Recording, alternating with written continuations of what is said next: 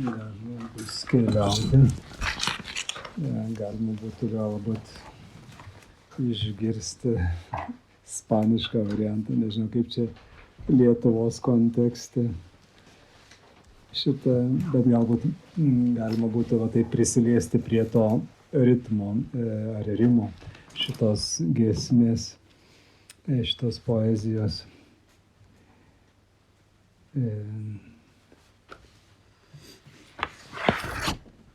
Ar turite galbūt lietuviškus žodžius? Aš tiesiog dar kartelį pabandysiu paskaityti, kuriuos turiu šičia. Kaip gerai žinau šaltinį, kuris trykšta ir teka, nors ir naktis. Tas amžinasis šaltinis yra paslėptas, kaip gerai žinau, iš kur jis trykšta, nors ir naktis. Nežinau jo kilmės, nes jos neturi, bet žinau, kad visos kitos iš jo kyla, nors ir naktis. Žinau, kad negali būti kito tokio grožio ir kad dangus ir žemė iš jo geria, nors ir naktis. Gerai žinau, kad joje nėra žemės ir kad niekas negali per jį bristi, nors ir naktis. Jos skaidrumas niekad nėra užtemdytas ir žinau, kad visa šviesa iš jo ateina, nors ir naktis.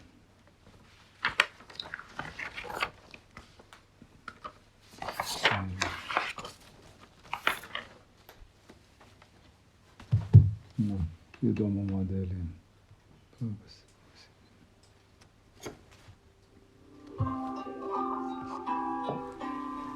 Qué bien selló la fuente que emana y corre, aunque es de noche. Su origen no lo sé, pues no le tiene, mas sé que todo origen de ella viene, aunque es de noche. Sé que no puede ser cosa tan bella, y que cielos y tierra beben de ella, aunque es de noche. Su claridad nunca es oscurecida, y sé que toda luz de ella es venida, aunque es de noche.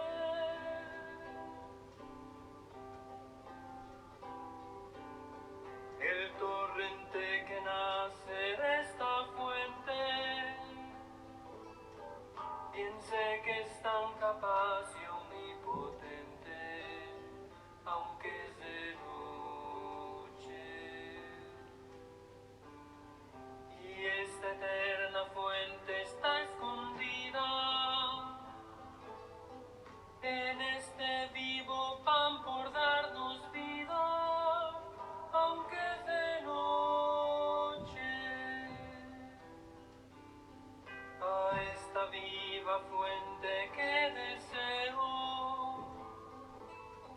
en este pan de vida yo la veo, aunque es de noche, aunque es de noche.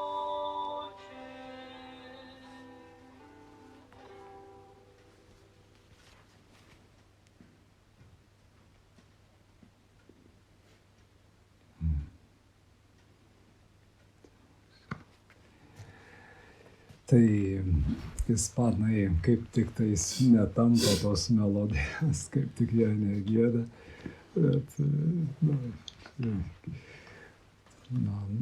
džiaugiasi tą ypatingą poeziją. Tai kaip bebūtų, bet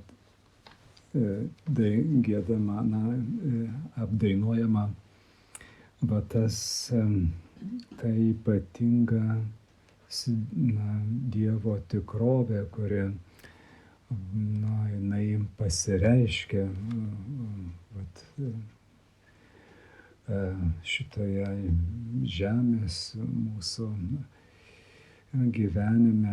Tiesiog atrodytų taip sunkiai, ta šviesa, tas gėris skverbiasi į šitą mūsų pasaulį ir atrodo kartais, kad labai tokie esame vieniši, palikti su savo reikalais, su savo bėdom, ir kita vertus, vis tiek yra tos patirtys, tos galbūt kibirkštys, tie nedideli dalykai, kurie vienaip per kitaip patiriam. Ir aišku, čia nesėdėtumėte, jeigu nebūtų tos intuicijos, kad vis dėlto tai yra kažkas brangaus ir kažkaip tai gera būtų bandyti eiti į tą linkmę. Aš suprantu, kad tai, ką mes bandysim kalbėti, gal taip jau vargingai, nes labai ką gali pasakyti apie tokį kūrinį, kuris ateina iš žmogaus gilios patirties, kuris jis pats stebisi, kaip tai gali būti. Tik supranta, kad jisai pažino tą gelmę, kur apsireiškia tas Dievo jėga, tas šaltinis ir yra užtikrintas, kad tai yra mumyse kiekviename. Tai bet vis tiek galima truputį, bent šiek tiek prisilies prie to, kas galėtų gal kažkiek tai padėti. Aš žinau, kad tai, kas yra esminio, tai ką mes bandome daryti prie, toje tyloje, kur kažkaip, kad nurimtų mūsų tos galios visos, tos mūsų apraiškos žmogiškos. Tai nėra, kad tai būtų jos pasmerktos, kad aš jau visi esam girdėję, tik tie, kurie gal pirmą kartą dabar kalbam, tai reiškia, yra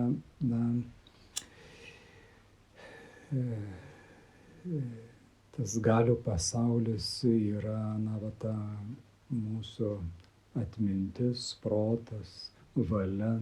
Tai kryžiaus Jonas, taip jas sudėlioja mūsų jausmų pasaulis. Jisai nuolat visokiamis būdais reiškiasi mumyse ir reiškiasi labai netvarkingai. Ir reikalinga, kad visa tai nurimtų mumyse. Tiesiog keliauti iš iš visų šitų dalykų. Nei kažkokia tai tuštuma, bet paprasčiausiai tas atsiverimas toje tyloje, kada mes esame, tai tas vienintelė tokia tiesa, tas meilingas dėmesingumas, kur šitaip išsireiškia kryžiaus Jonas, jisai vienintelis, kuris turi savo kažkokį tai pagrindą. Ir būtent per šitą ir ateina tos patirtis. Tai yra viena pusė, kita pusė mūsų gyvenimas. Tai mes paliesim po truputį ir šitą antrą pusę.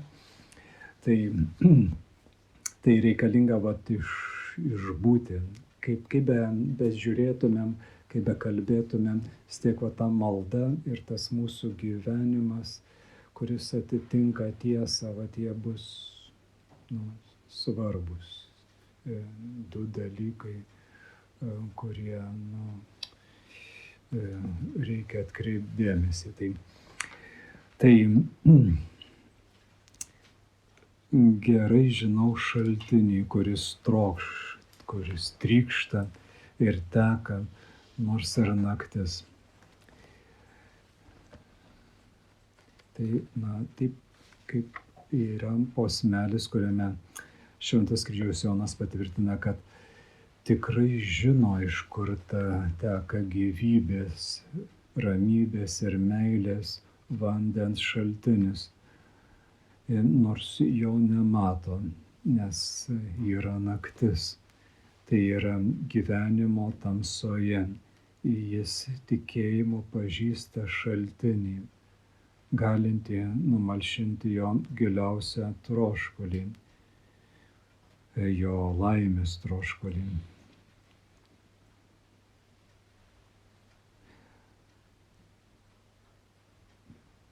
Tai va tie simboliai, tokie pagrindiniai šaltinis ir naktis. Ir šaltinis yra pats Dievas, kuris bendrauja su žmogumi, kad suteiktų jam gyvybę. Žmogus negali to suprasti protu, racionaliai, bet ragauja jį tikėjimo naktį. Jis žino apie, sako, negalime suprasti, bet galime mylėti. Jis žino apie tai, net jei negalim paaiškinti. Tiesą sakant, nebūtina matyti vandens, kad jo atsigertum, kad nemirtume iš troškulio, užtenka išgerti, net ir tamsoje. Aišku, tik tai, kad šis šaltinis nėra kažkoks statiška esybė ar uždaryta savyje, o tai veikiau tie teka ir bėga. Tai yra nuolatinėme judėjime, kuriantis gyvybę, kuris išeina iš savęs, kad susitikti su kitais. Pirmajame posme kalbama apie tą paslaptingą šaltinį, kuris žmogui visada lieka paslėptas, nesuprantamas tamsoje, nes jo šviesos perteklius viršija mūsų galimybės ir mūsų apakina. Jau tą tiesą mes gerai prisimename. Čia Kryžiaus Jono iš kopimo į Karmelio kalną eilutė. Sielai ši perteklinė tikėjimo šviesa yra tamsybė, nes didesnis atima ar nugali mažesnį, kaip saulės šviesa atima kitas šviesas, kad jai šviečiant kitos neatrodo kaip šviesos ir nugali mūsų regos galią. Taip kaip jie pirmiausia ją apakina ir atima matymą, kuris duotas, nes jos šviesa yra labai neproporcinga ir per didelė, per stipri matyti. Taip tikėjimo šviesa dėl savo didelio pertekliaus slegia ir nugali supratimo šviesą, tą mūsų proto šviesą.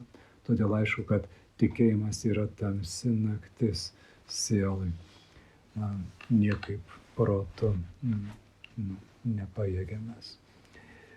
Tai nors ir štai neprieinama ta tikrovė, bet vis dėlto galime link jos eiti. Taip atrodo paradoksaliai skamba.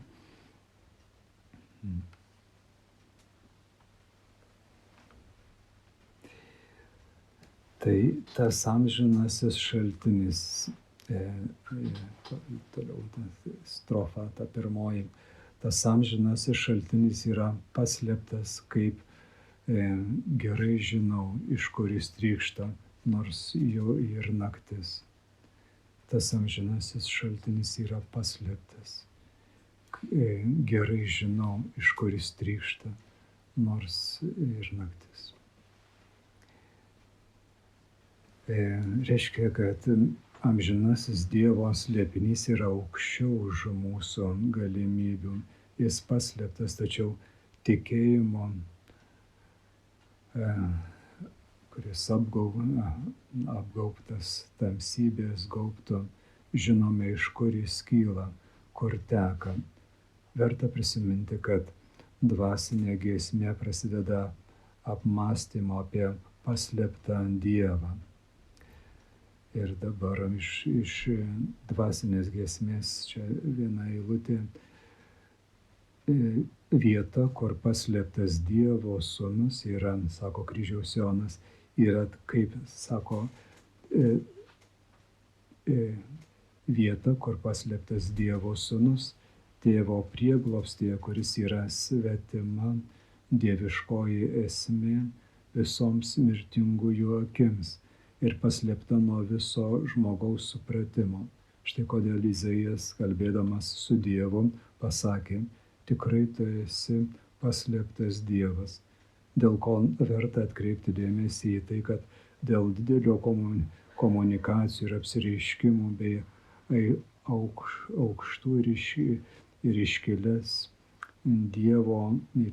Dievo malonių, kurias šiame gyvenime siela gali turėti, iš esmės visa tai nėra Dievas ir neturi nieko bendro su juo, nes tiesa vis dar yra paslėpta nuo sielos. Todėl sielai, nežiūrint viso šio iškilumo, visada geriau jį laikyti pasislėpusiu, ieškoti slaptoje,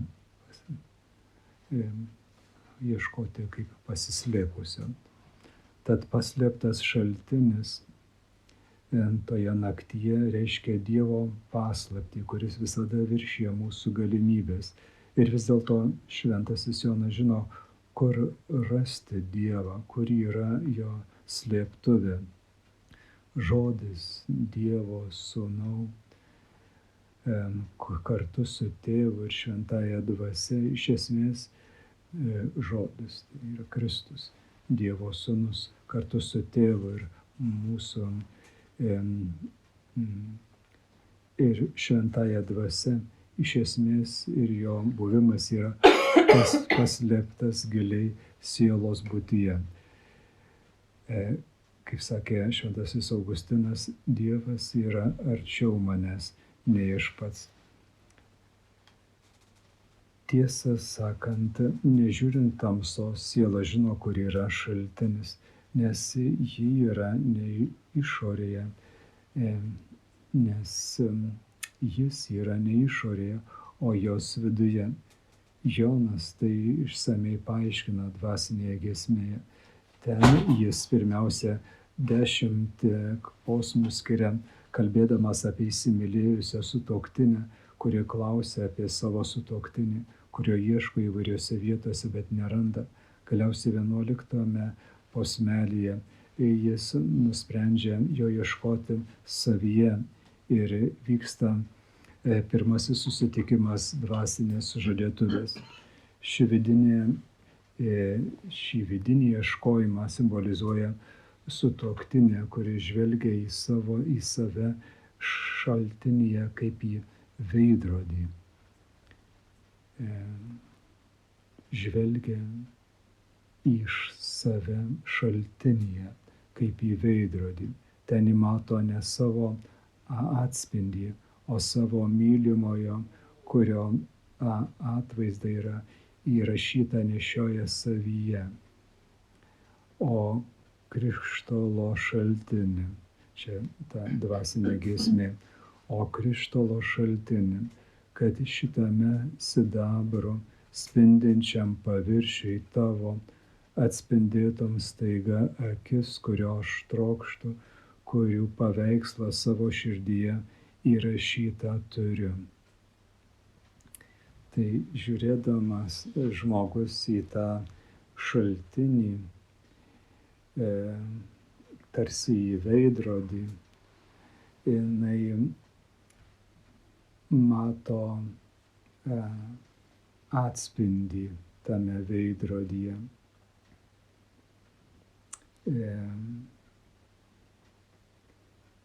Bet tas atspindys yra jos akių, kuriuose yra pats Dievas tiesiog.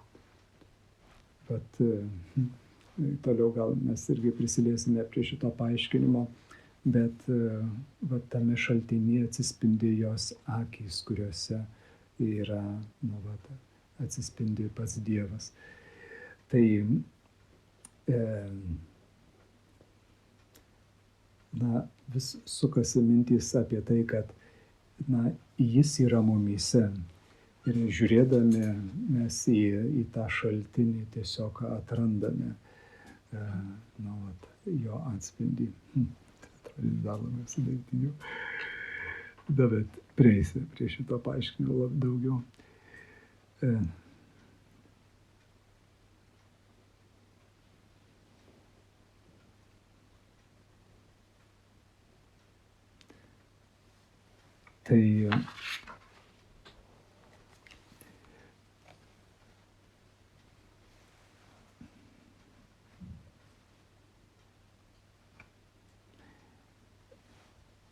šis šaltinis, jisai na, nėra uždaras savyje, jisai atviras ir komunikuoja savo gyvenimą ir savo būtį visai kūrinyje.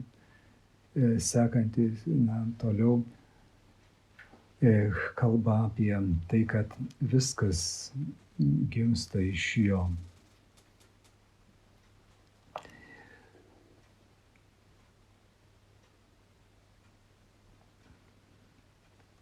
Tai tas Dievo anapusiškumas kiekvienam mirtingajam jisai yra paslėptas. Paslėptas nuo kiekvieno žmogaus supratimo. Ir kartu žmogus, yra toks žodis imanentinis, kankina šitos visos sąvokos, bet galbūt tik tais, kad tai reiškia, kad žmogus turi galę anapusybei priimti tą tikrovę anapusybės. Tai žodis Dievo Sūnus kartu su Tėvu Šventąja Dvasia iš esmės ir asmeniškai jis slypi intimioje sielos būtyje. Jisai tiesiog yra. Jo buvimas priverčia sušukti. Kryžiaus Jonas sako, o siela, tu pati esi kambarys, kuriame jis gyvena, slėptuvė, kurioje jis yra paslėptas. O tai yra didžiulis pasitenkinimas ir džiaugsmas, kai matai, kad visas tavo gėris ir viltis taip arti tavęs. Tai šitaip išreiškia Jonas dvasinėje giesmėje. Ir toliau posmelis. Nežinau jo kilmės, nes jos neturi, bet žinau, kad visos kitos kyla iš jo, nors jau naktis, nors ir naktis. Dievas neturi kilmės, neturi pradžios, nėra sukurtas, nes jis yra amžinas. Priešingai jis yra pradžia, ištakos, vienintelis kūrėjas visko, kas buvo, kas egzistuoja, egzistuos laike. Tuose romansuose, kuriuose jisai parašęs, Kryžiaus Jonas taip pat kartoja,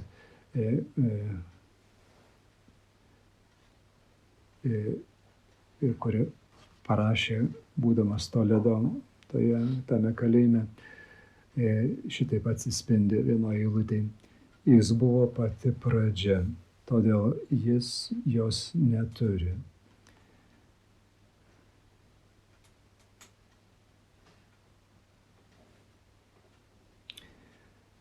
Tai tas nežinau jo kilmės, nes jos neturi, bet žinau, kad visos kitos kilmės, kokios bebūtų pasaulio dalykų, iš jo kyla, iš jo, nors ir naktis. Jonas Kryžiaus sako, kad tai vieta, iš kur šaltinis trykšta, ta vieta, iš kur šaltinis trykšta, nėra tiksliai jo kilmės vieta. Kita vertus, neįmanoma to žinoti, nes jis jos neturi. Nors jis žino, kad tai yra pirminė visko, kas egzistuoja, priežastis, gyvybės šaltinis visose egzistencijos plotmėse.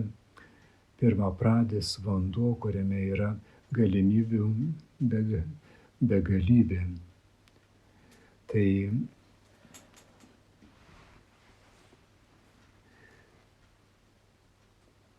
Tai jis yra šaltinis visose egzistencijose plotmėse, kas tik bebūtų sukurta, jis yra gyvybės šaltinis. Sako, pirmapradis vanduo, kuriame yra galimybių begalybė.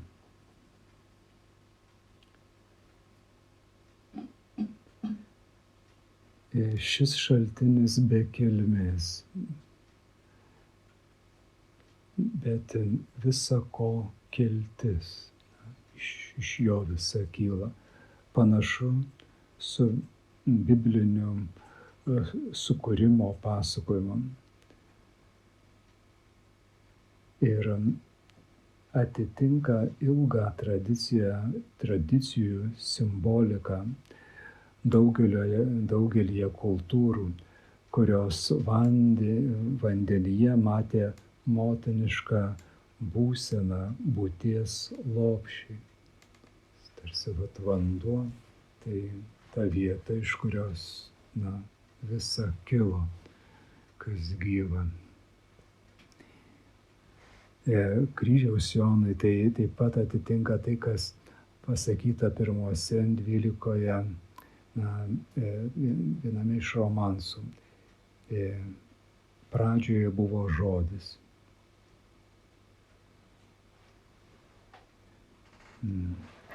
Ir sako,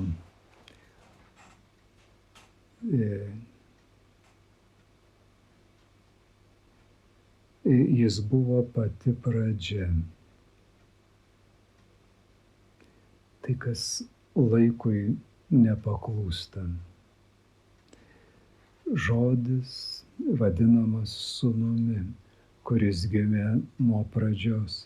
Iš to išplaukia, kad šaltinis yra dieviškas, ne tik todėl, kad yra amžinas, ne tik, kad jis yra be kilmės, bet todėl, kad jis yra tėviškas, nes iš jo kyla kiekviena pradžia.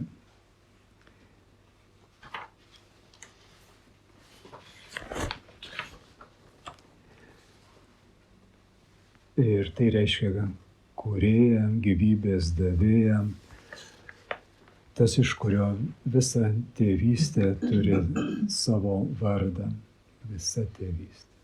Todėl viskas, kas šioje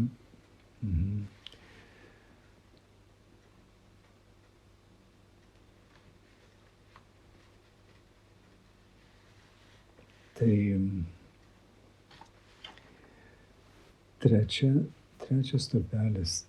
Žinau, kad negali būti kito tokio grožio, kad dangus ir žemė iš jo geria, nors ir naktis. Nėra nieko, kas prilygtų Dievo grožiui.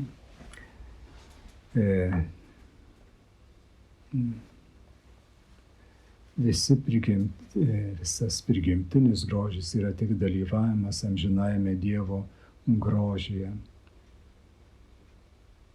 Komunikuojama iš to begalinio antgamtinio Dievo paveikslo grožio, kurio žvilgsnis aprengia pasaulį ir visą dangų grožiu ir džiaugsmu. Jis jau anksčiau yra sakęs, kad jis yra visa ko ištakos. Dabar priduria, kad jis yra tas, kuris išlaiko viską, kas yra. Iš jo visi geria, dangus ir žemė. Jei jis nors akimirką paleistų mus iš savo rankų, mes nustotume egzistuoti.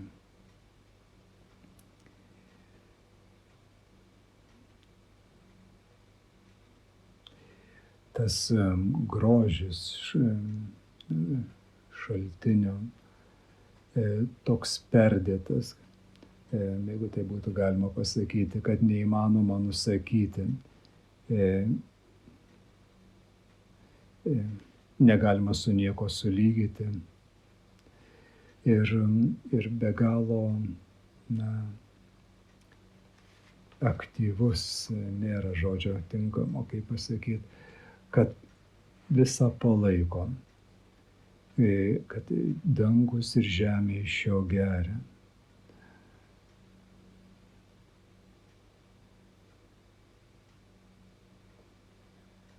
Grožis, kuris turi visas grožybės, apie kurį taip pat sakė, kalbėjo šventoji Teresė.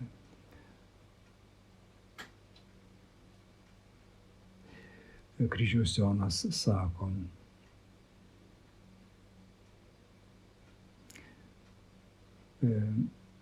kad gailestingai,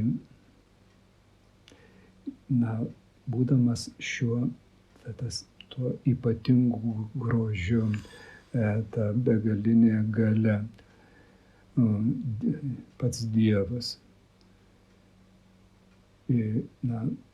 tas iškilusis grožis, aukščiau už visus kūrinius, galiausiai jis nusilenkia sielai, jis įspaudžia ir įlieja jo savo meilę ir malonę, kurią ją taip išgražina ir išaukština, kad padaro ją to paties dieviškumo bendrininkę. Sielai atrodo, kad visa tai yra meilės jūra, kurioje ji yra apsemta, nematanti nei galo, nei krašto, nei pabaigos, kur ta meilė baigėsi. Tačiau savyje, kaip mums buvo pasakyta,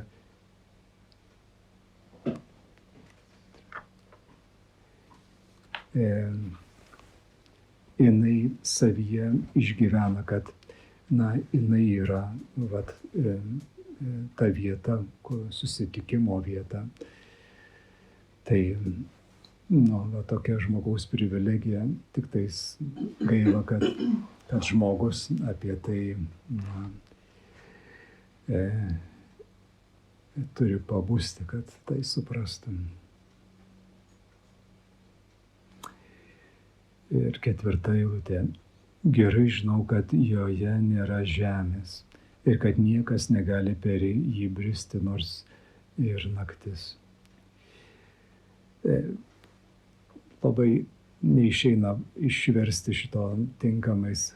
Gerai žinau, kad jame nėra žemės ir tame šaltinyje nėra žemės.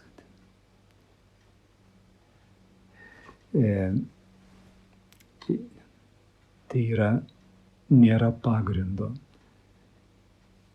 kad jis nesiremia nieko už savo ribų, kad jam nereikia, kad kas nors egzistuotų. Jisai neturi dugno, neturi ribų. Ir niekas negali perbristi šio šaltinio. Reiškia, kad niekas negali eiti ten, kur jo nėra, neturi ribų ir jo šlovė užpildo visatą. Niekas negali nuo jo pasislėpti, kaip sako šventas Paulius, jame mes gyvename, judame ir esame. Pranašas Ezechielis, kalbėdamas apie gyvuosius vandenis, tekančius iš Jeruzalės šventyklos pusės, ir veikia, kad gyvybė skleistųsi aplinkui, tiesiog daro, kad gyvybė skleistųsi aplinkui. Tai buvo upė, kuri kurios negalima perbristi. Nes vanduo buvo taip patvinęs, jog reikėjo plaukti, upė buvo nepereinama. Tai vat būtent yra Švento Kryžiaus Jono patirtis kalėjime. Dievas yra ta vandens srovė, kuri auga, kad užpildytų žemę ir kurios niekas negali peržengti ar ignoruoti. Tiesiog niekas negali jo paneigti. Vėliau ar anksčiau mes kiekvienas prie jo to prieisime. Tai žmonės kartais samprotoje girdime, kad štai tarsi nereikia Dievo ar dar kažkaip tai, kad Dievas mirė, bet jis sako, neturi ribų, užpildo viską. Ir negalime eiti ten, kur jo nėra. Tai, taip, esame nuolatinėme buvime kartu su juo tiesiog jame.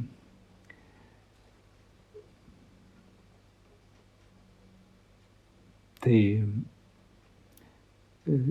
štai šita begalybė Dievo ir nėra kur kojos atsiremti, nėra tos žemės, nėra kur atsistoti. Bežemė nuostabiausia jūra. Niekas negali per jį perbristi.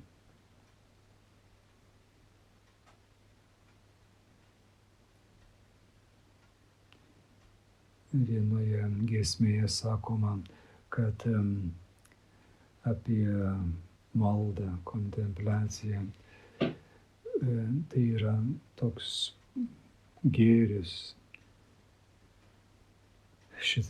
kurį patiriame joje, šitas aukščiausias žinojimas, kad jokie gabumai ir mokslai negalėtų tai padėti suvokti.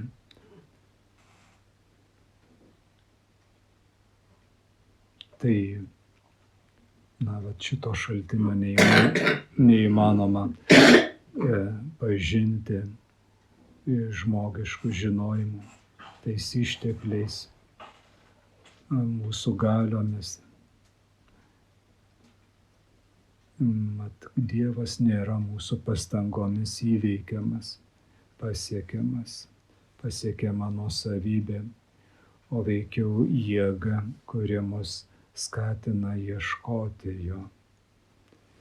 Tai tikiu, kad žemėje mus viskas provokuos kelti klausimus, ieškoti, kad ir kaip paklystume ar nuklystume, kad ir kokį nepasitenkinimą išreikštume, visą laiką mus grąžins į šitą nepakeliamą tylą, tą beribiškumą, kur nebus kur atsiremti, turėsime eiti per tikėjimą. Ir nėra kito būdo, kaip mokiniai sako, sustiprinti mūsų tikėjimą. Įvairiais būdais bando prieiti prie Jėzaus. Mato, liečia visi. Tomas irgi nori paliesti, reikalauja paliesti, bet vis tiek niekaip, vis tiek, būsite palaiminti, kurie tiki nematę, vis tiek apims visą žmoniją, neturi didesnės privilegijos mokiniai, negu kad kiekvienas čia esančių.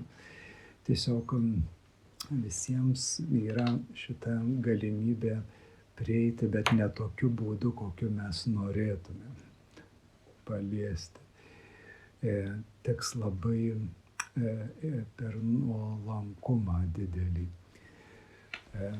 Ortodoksai pasakoja, kad štai vienuolyne jie jie, na, malda yra viena dalis tokia viso mūsų gyvenimo. Tai yra, na, iš tikrųjų jinai dalis, bet jinai apima visą mūsų gyvenimą. Tai nėra kelių valandų dalykas ar va šitas pabuvimas prie švenčiausio.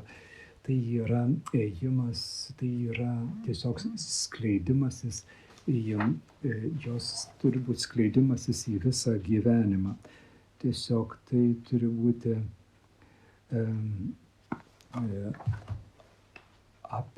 mūsų visas gyvenimas turi tiesiog būti apimtas šito Dievo buvimo. Tiesiog tai yra tokia tikrovė, su kuria mes turim susitikti. Mes nuolat esame už tikrovės ribų. Na, ta prasme, kad mes niekaip nepataikome, nuolat kažkur tai mes klaidžiojam. Ir va tas mūsų kantrus buvimas toje tyloje yra va tas įsiklausyti ir pagaliau leistis, kad Dievas mus vestų. Tiesiog mes nuolat einame įvairiais savo būdais, bandome tvarkyti savo gyvenimą. Manome, kad tai ar tai yra teisinga, bet kas iš tikrųjų teisinga, tai tik tais, kai mes savo protę, savo valioje esame apvalomi. Tiesiog kai ateina mumise šviesa ir to šviesos niekaip negali pasiimti. Reikalinga šitas nuolankus atėjimas į šitą tylą. Ir nuolankus atėjimas prie į kiekvieną, atrasti tą nuolankumo vietą savo gyvenime, toje kasdienybėje. Tai vienuoliai sako, yra tos maldos vieta, kur mes nuolankiai ateiname, ir yra ta vieta, ir kartais žmonės labai džiaugiasi, kartais ar kunigai, ar kas, reiškiasi, savo žinojimu, savo liturginiu pažyminimu.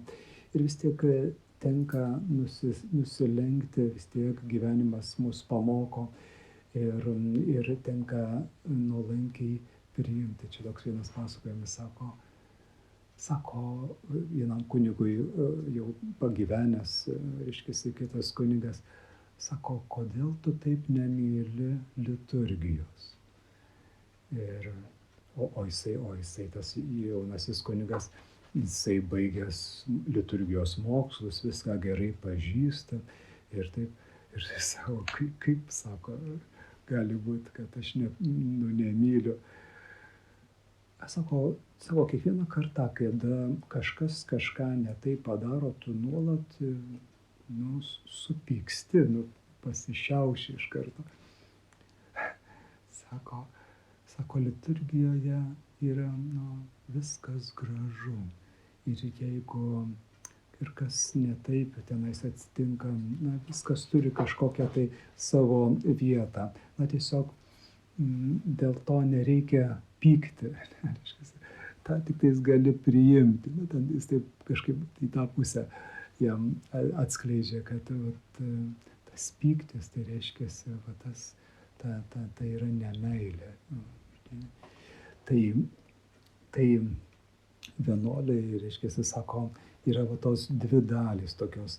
Tai ta maldos vieta nuolankumo ir ta kita kasdienybėje ta nuolankumo vieta. Ir kiekvienas, sako, žmogus, šiuo atveju vienuoliai, sako, jie turi atrasti tą nuolankumo vietą. Ir ta nuolankumo vieta yra būtent ta vieta, kurios niekas nenori. Pavyzdžiui, visą laiką yra kažkokia tai vieta aplink kiekvieną mus, kuri yra apleista, kurios niekas nenori ten prisiliesti. Ir sako, greičiausiai yra jinai skirta tau. Tai ateina į vienuolyną, sako, kas čia yra pats toksai jau labiausiai pažengęs. Ir tame dvasinėme gyvenime ir rodo ten į vieną kuris ten tualetus plauna. Ir sako, jisai, bet kaip čia, jisai, matau kiekvieną dieną į tenais tuose tualetuose, kaip tai gali būti. Tai va tas atradimas tos vietos. Ir vat būtent, kol neatrandame šitos vietos, mūsų gyvenimas, jisai, galime labai daug melstis, galime labai, kaip sako Teresė, galime labai daug čia medituoti ir atrodo iškilius dalykus patirti ir ypatingas dovanas, tos, vizijas ar dar kažkokius dalykus. Ir sako, vis dėlto, jeigu va tai yra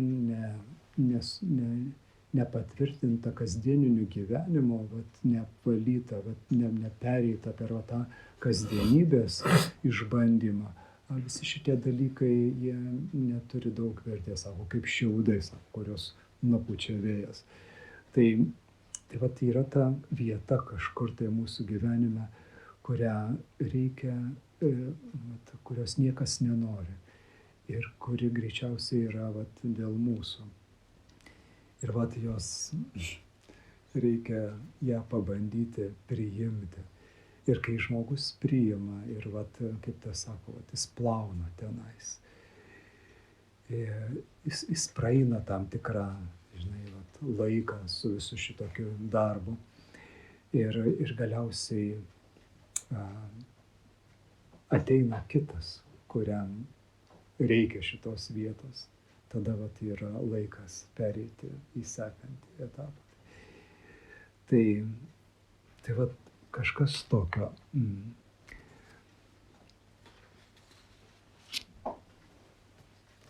Tai, gal jau rytoj mes galbūt pratęsime, bet galbūt tik tais noriu apie tą Kristaus gimimą dar truputėlį kelias mintis. Čia jis turi sąsają, kur kalbama apie tą žmogaus vietą, kur gimsta.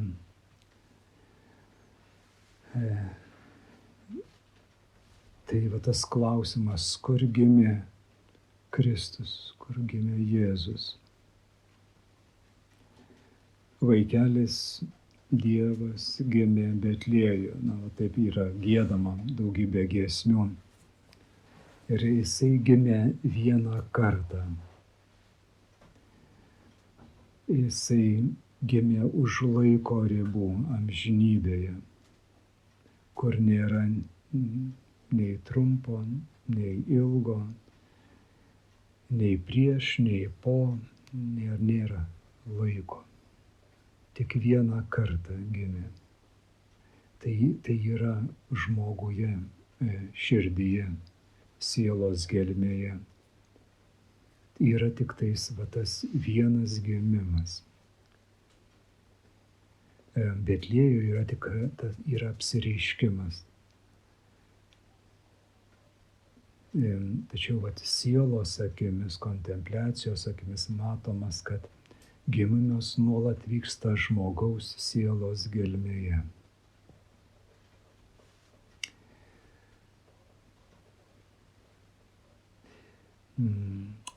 Jei ieškote kažko stabilaus, toje beribėme,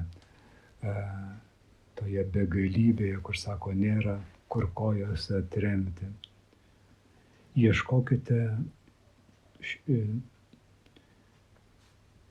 šiame Dievo gimime žmogaus sieloje, sielos gelmėje.